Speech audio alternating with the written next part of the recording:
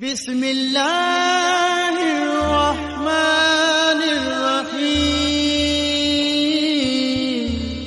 بسم اللہ الرحمن الرحیم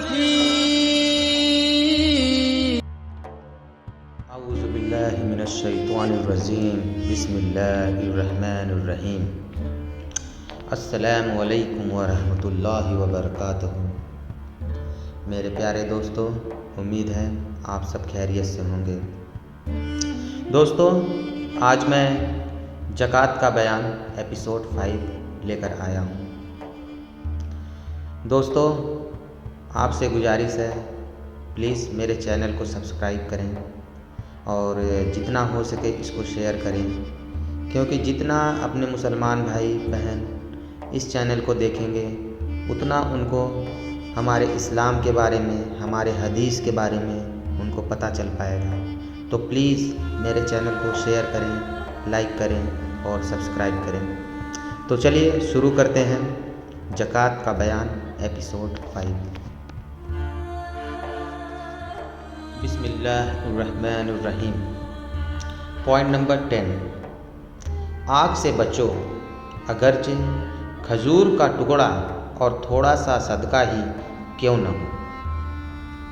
حدیث میں آیا ہے، ابو موسیٰ اشعری رضی اللہ تعالی عنہ سے روایت ہے، وہ نبی صلی اللہ علیہ وسلم سے بیان کرتے ہیں کہ آپ نے فرمایا، لوگوں پر ایک وقت آئے گا جس میں آدمی خیرات کا سونا لیے گشت لگائے گا، مگر کوئی لینے والا نہیں ملے گا، اور دیکھنے میں آئے گا کہ ایک مرد کے پیچھے 40 عورتیں پھریں گی کہ وہ انہیں اپنی پناہ میں لے لیں۔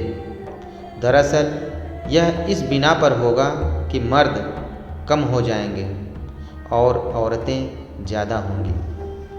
مطلب قیامت کے قریب عورتوں کی شرح پیدائش میں اضافہ ہو جائے گا اور مرد کم پیدا ہوں گے، یا لیا اتنی زیادہ ہوگی کہ مرد مارے جائیں گے اور عورتوں کی تعداد زیادہ ہوگی۔ ایک روایت میں اور آتا ہے، ابو مسعود انصاری رضی اللہ تعالی عنہ سے روایت ہے، انہوں نے فرمایا کہ جب رسول اللہ صلی اللہ علیہ وسلم نے فرمایا ہمیں صدقہ کا حکم دیتے تو ہم میں سے کوئی بازار جاتا اور بوجھ ڈھوتا، مزدوری میں جو ایک مد غلہ مطلب اناج ملتا تو اس کو صدقہ کر دیتا، مگر آج یہ حالت ہے کہ بعض لوگوں کے پاس 1,00,000 درہم موجود ہے۔ مطلب صحابہ کرام رضی اللہ تعالی عنہ کا محنت و مزدوری کر کے ایک مد اللہ کی راہ میں خرچ کرنا ہمارے ہزاروں اور لاکھوں روپے سے زیادہ ثواب رکھتا ہے۔ اور ایک تیسری روایت میں آیا ہے، عائشہ رضی اللہ تعالی عنہ سے روایت ہے کہ ایک عورت سوال کرتی ہوئی آئی جس کے ساتھ اس کی 2 بیٹیاں بھی تھیں۔ اس وقت میرے پاس ایک کھجور کے سوا کچھ نہ تھا، میں نے وہی کھجور اسے دے دی۔ اس نے اسے اپنی دونوں بیٹیوں کے بیچ تقسیم کر دیا اور خود اس میں سے کچھ نہ کھایا۔ جب وہ چلی گئی اور نبی صلی اللہ علیہ وسلم تشریف لائے تو میں نے آپ سے اس کا ذکر کیا، جس پر نبی صلی اللہ علیہ وسلم نے فرمایا کہ جو آدمی ان لڑکیوں کی وجہ سے کسی تکلیف میں پڑے گا اس کے لیے یہ لڑکیاں آگ سے پردہ بن جائیں گی۔ اللہ اکبر۔ مطلب عنوان میں 2 مضمون تھے، پہلا یہ کہ کھجور کا ٹکڑا دے کر دوزخ سے بچاؤ حاصل کرنا، یہ حضرت عدی بن حاتم رضی اللہ تعالی عنہ کی حدیث سے ثابت ہوا، اور دوسرا مضمون یہ تھا کہ تھوڑا سا صدقہ اور خیرات کرنا، یہ حضرت عائشہ رضی اللہ تعالی عنہ کی اس حدیث سے ثابت ہوا کہ انہوں نے ایک کھجور بطور صدقہ دی۔ پوائنٹ نمبر 11، کون سا صدقہ بہتر ہے؟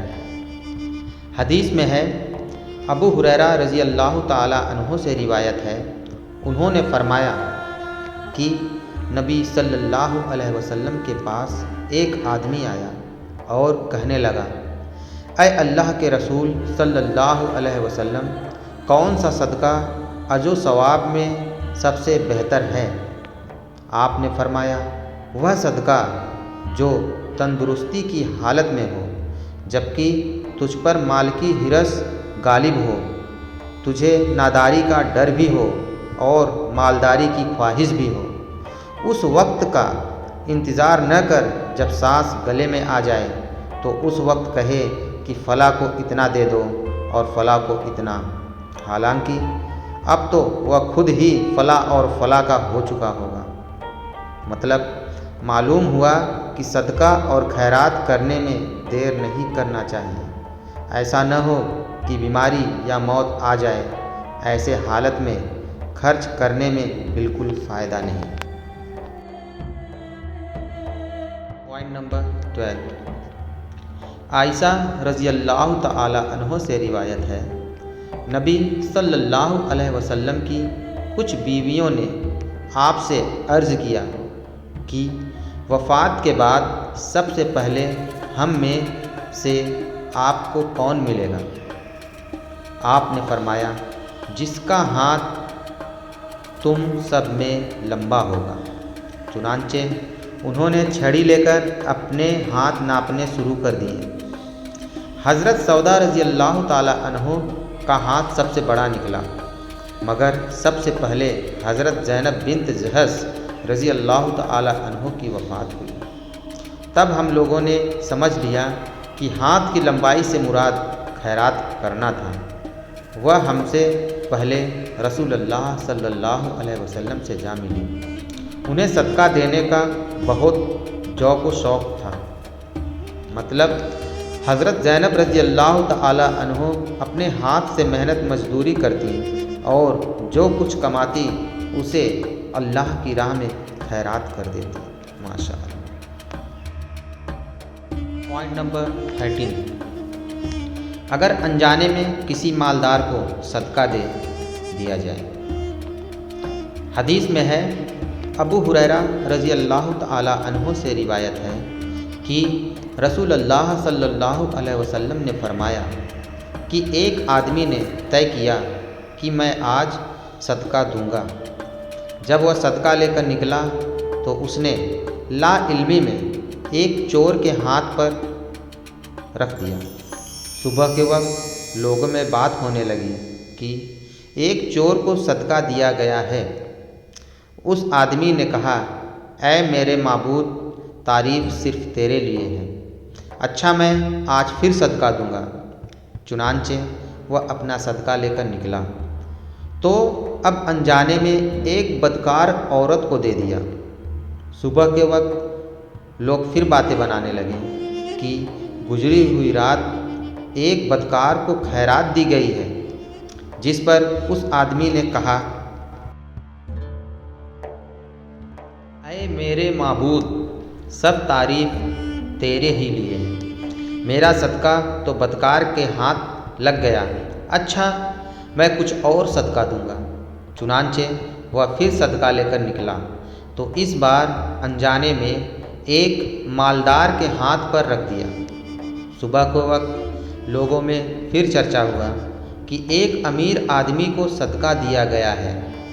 اس آدمی نے کہا، اے میرے معبود، تعریف صرف تیرے لیے ہے، میرا صدقہ ایک بار چور کو ملا، پھر ایک بدکار عورت کو اور پھر ایک مالدار آدمی کو، آخر یہ بات کیا ہے؟ چنانچہ اسے خواب میں کوئی آدمی ملا، اس نے بتایا کہ تمہارا صدقہ قبول ہو گیا ہے۔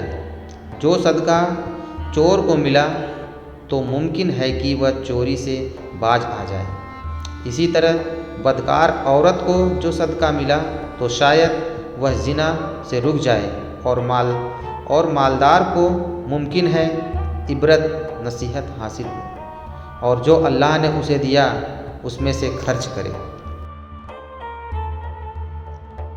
مطلب نفلی صدقہ اگر انجانے میں غیر حقدار کو دے دیا جائے تو کوئی حرج نہیں، البتہ زکوٰۃ وغیرہ کا معاملہ اس سے الگ ہے۔ اگر زکوٰۃ انجانے میں مالدار کو دے دی جائے تو اس کا حقدار نہ ہو تو معلوم ہونے پر دوبارہ ادا کرنا چاہیے۔ دوستو، آج کے لیے صرف اتنا ہی، انشاءاللہ کل میں نیکسٹ ایپیسوڈ لے کر آؤں گا۔ دوستو پلیز میرے اس چینل کو سبسکرائب کریں اور اپنے دوستوں تک شیئر کریں۔ اللہ حافظ۔